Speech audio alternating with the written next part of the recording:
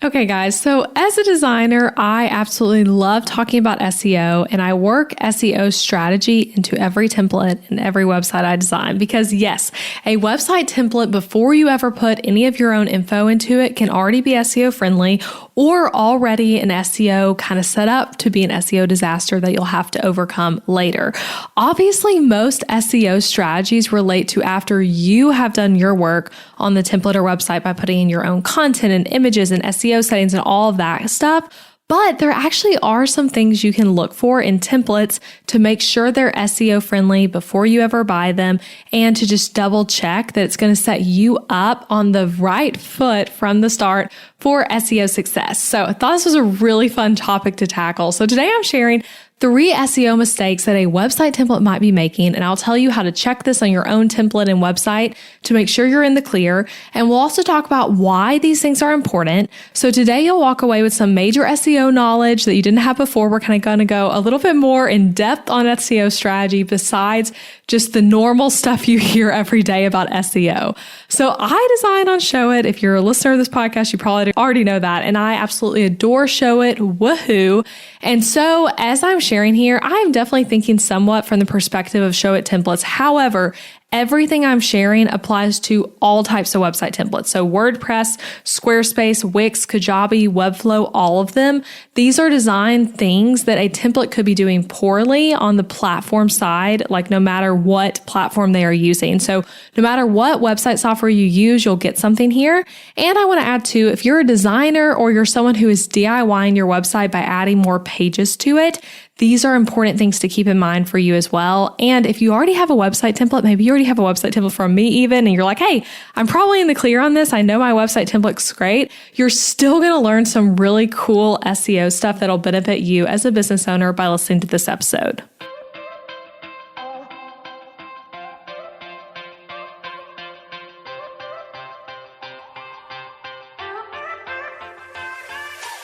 Hey guys, I'm Elizabeth McCravey, a website designer and business coach for entrepreneurs and your host for the Breakthrough Brand podcast, the show that's all about pulling back the curtain on how to actually build a successful business. I don't skim the surface around here. If you want a deep dive into the nitty-gritty details of what it takes to run a successful business and stand out in a crowd, you're in the right place.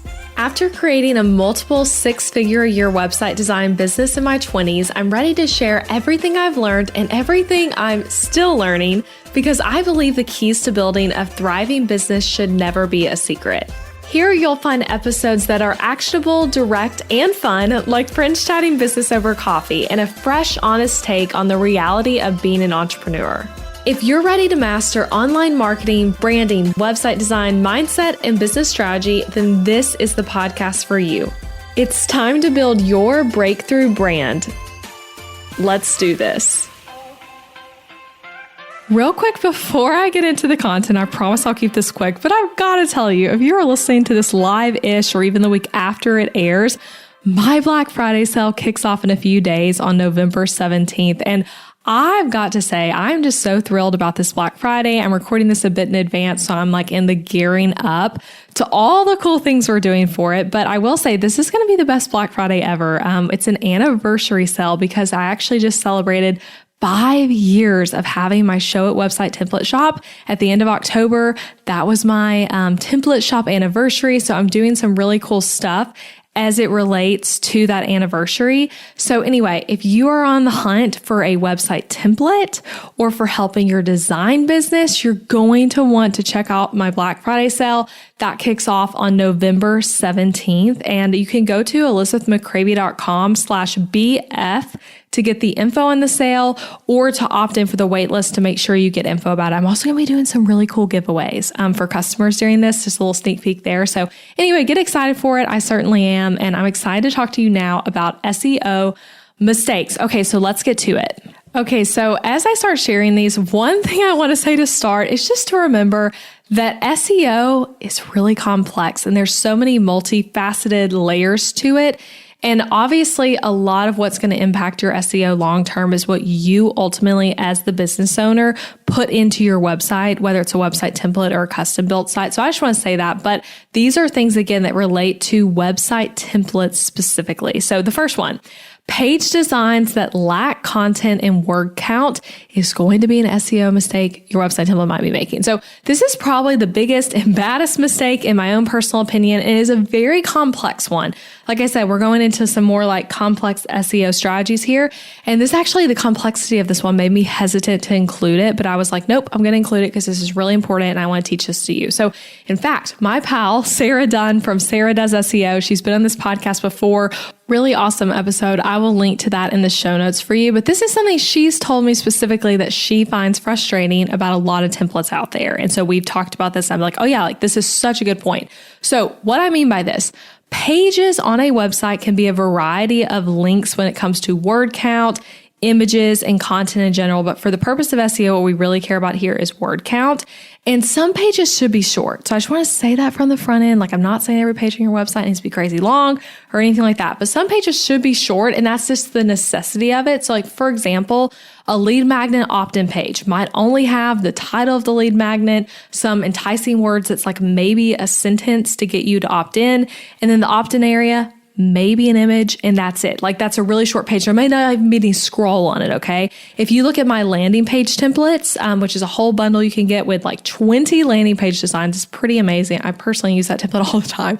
But if you look at that one, you'll see like those pages don't have a lot of content. So like that is an okay thing. That's why I said this is complex. Like some pages on your website don't need to have a lot of text. But for some pages, like your home page, your service page, your about page, you know, your course sales page, things like that, you need those to have actual content on them. And by content, I mean like words and a variety of places and types of writing you're going to do on the page to set you up for SEO and the ability to rank. And from a template perspective, you need to buy a template where the page is set up for you to thoughtfully add content to it. Like, you need to be able to work with a copywriter if you were to do so, and then be able to plug in content into your template, or for you to work with an SEO expert and them to not be like, hey, like I can't really put any like keywords anywhere about your location and things like that because there's no spot for it. So that's just something to consider. So versus like, you know, you need a template where they're set up thoughtfully, right? Versus one where on like the key pages, there's not really anywhere to put content, or where the text they're suggesting you add does not make sense in the SEO world. It's like, that doesn't really make sense to put that there. Or like, wait, like this is supposed to be for a wedding venue, but there's no spot for me to put my location. Like things like that is just going to be a huge miss. So word count on a website page is complex because there is no minimum word count for a page. And also, with that being said, Google's known to rank content higher when it has more words, therefore is more in depth and more helpful information. So like that's how it sees it. More words means it's more likely to be helpful and it's more in depth content wise. So it's like a complex thing, right? Like I'm saying, there's no like minimum word count that's like, oh, this is the SEO rule that you have to have this many words. So it can be overdone. That's why I say it's complex.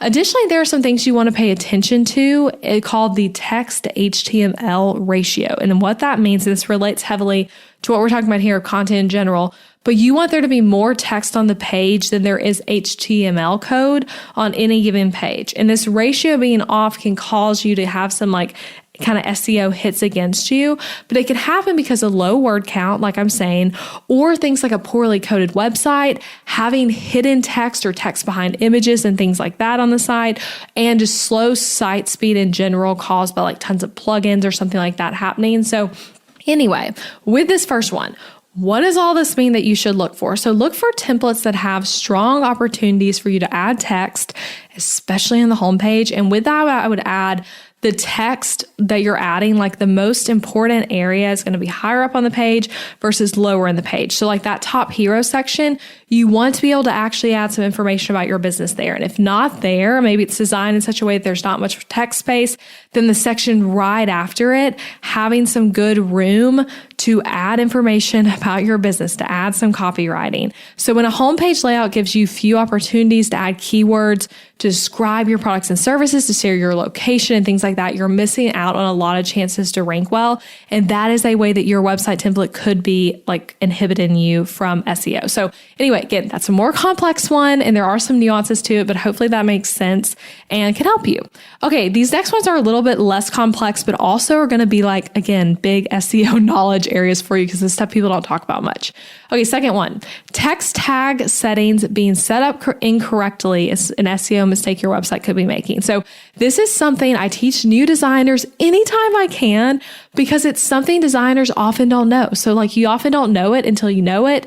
I remember when I first started designing on Show It, I had no idea this was a thing. So if you are in that boat, if you're listening to this as a designer and you're like, wait, what are you talking about? You're not alone. So I feel like I'm constantly showing this to my book.designer students when I audit their work, whether it's their own website, a template they've designed, or a client site. I'm like checking this for them and then showing them like how to fix it. So what I mean, when I say text tags from an SEO perspective, I'm mainly referring to the title tag, which is also known as the H1 tag or heading 1 is another way that can be said. And this is something that exists on every website. And depending on what builder you use, it may be described differently or edited differently. So like if you're on Squarespace, you might see this a little different than you would on something like on Show It. But in Show It, it's under like when you select any specific like hunk of text on your website, and then you go under the advanced settings, you're going to see something called text tag. And you have the options for the text to be declared as div, H1, H2, or H3, and then nav, which stands for navigation, or P, which stands for paragraph.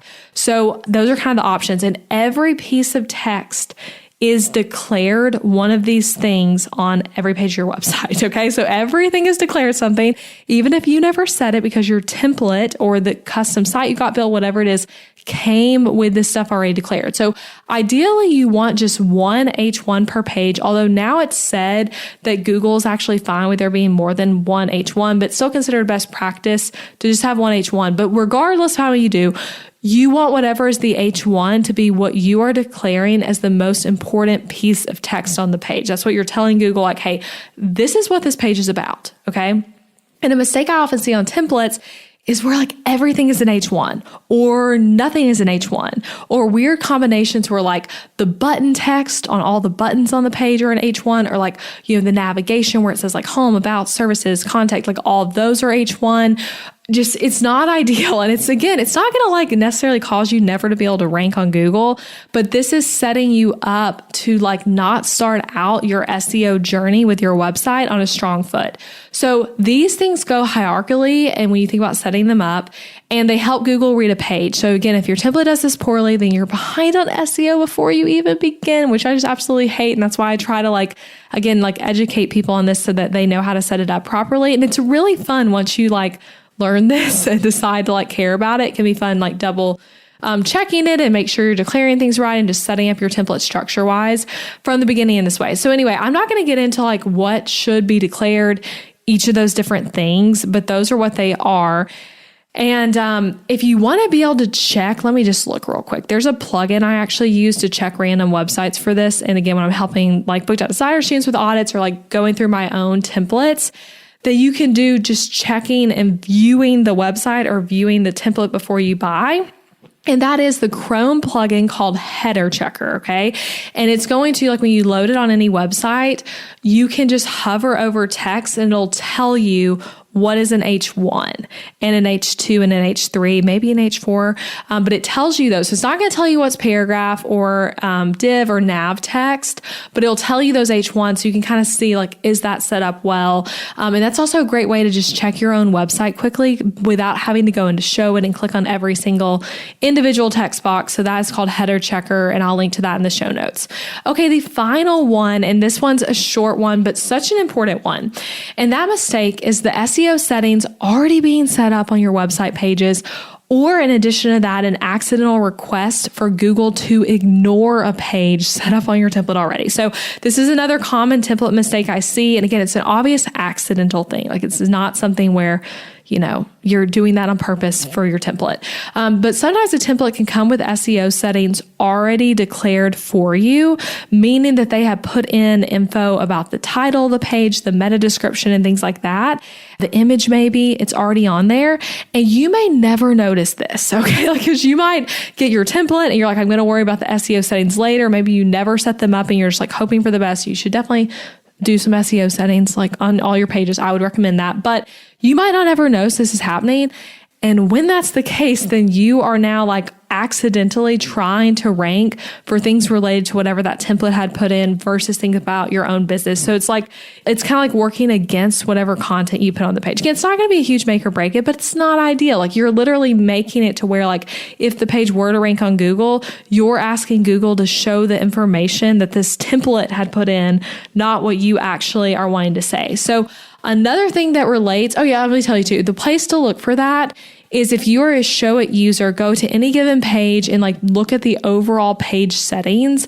And it's that bottom section and it's just called SEO settings. Okay. And that's where you're going to see a page title, meta description, and share image. Okay. And ideally, when you buy a template, that should all be completely blank. And then you are going to be inputting your own information in. And this one is related, so I just kind of put it under the same area because it relates to the SEO settings, but it's actually in a different area and Show It. But accidentally having it marked to ask Google to ignore the page. Okay, so that is under, if you want to look at your Show It settings, that same page area, it's actually right under SEO settings, under advanced settings. And there's just it's kind of easy to miss, a little checkbox, and it says ask Google to ignore this page. And most of the time you want that unchecked. There are cases where you might have a page that you do not want to rank on Google. Maybe it's like your client pricing guide or something like that, where you just want to only be sending the link to people, not people to be able to find in search results. But with a template, again, most cases your template should come with that not marked.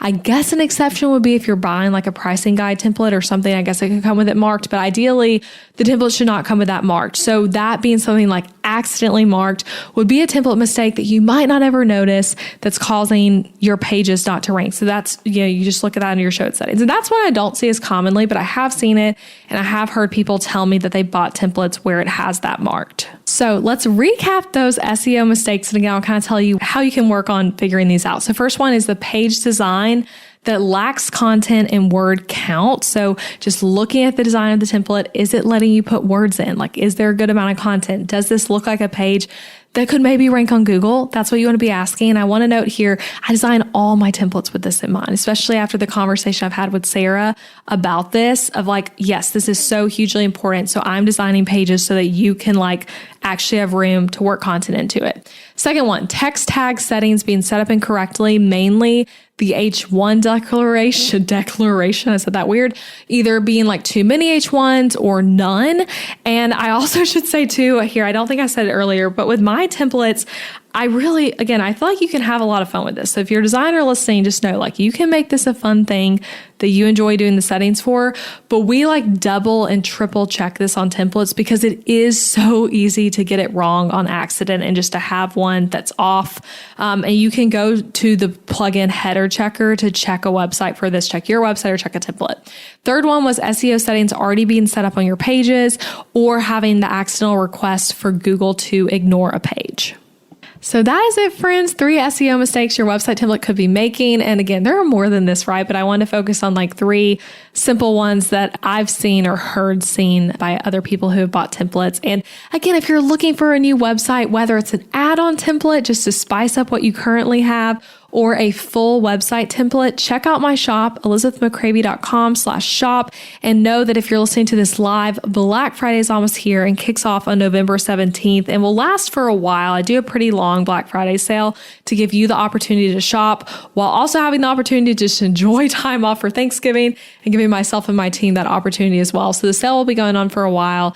And we're going to have some awesome giveaways and a really fun, like seriously best sale ever, I think, with the bonuses and everything for my template 5-year anniversary sale. So anyway, that's it. I hope you enjoyed this episode and I'll be back next week with another one. Thank you for listening to this podcast episode all the way until the end. I appreciate you being here. And if you enjoyed this episode, then I want to invite you to check out my website template shop too. Over on elizabethmccravey.com, you'll find show it website templates that are easy to use, strategically designed, and created to help you book more clients and customers. Maybe your current website is really boring. Maybe it's a challenge to update, and maybe even it's that thing that you really feel like is just completely holding your business back.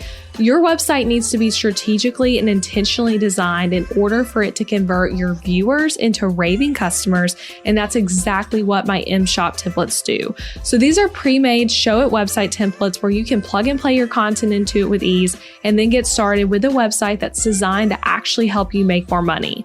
These templates are designed to be SEO friendly on the back end, and they're not just pretty, but they are very strategic and with all the strategies I teach on this podcast. And best of all, they're easy for you to set up all by yourself. So shop them at elizabethmccravey.com/shop and come join the M-Shop family of hundreds of happy customers. And as an added perk, you can use the code BBPodcast at checkout to get 10% off any template as a thank you for being a part of the podcast family. So that's BB Podcast for 10% off any template over at elizabethmccravey.com. And if you love this podcast, don't forget that you can subscribe on Apple Podcasts so that you never miss an episode, and leave a rating and review for the show wherever you're listening. Share it with a friend, share it on Instagram or Facebook. That's a great way to support the podcast and get the word out. All right, I'll be back next week with another new episode.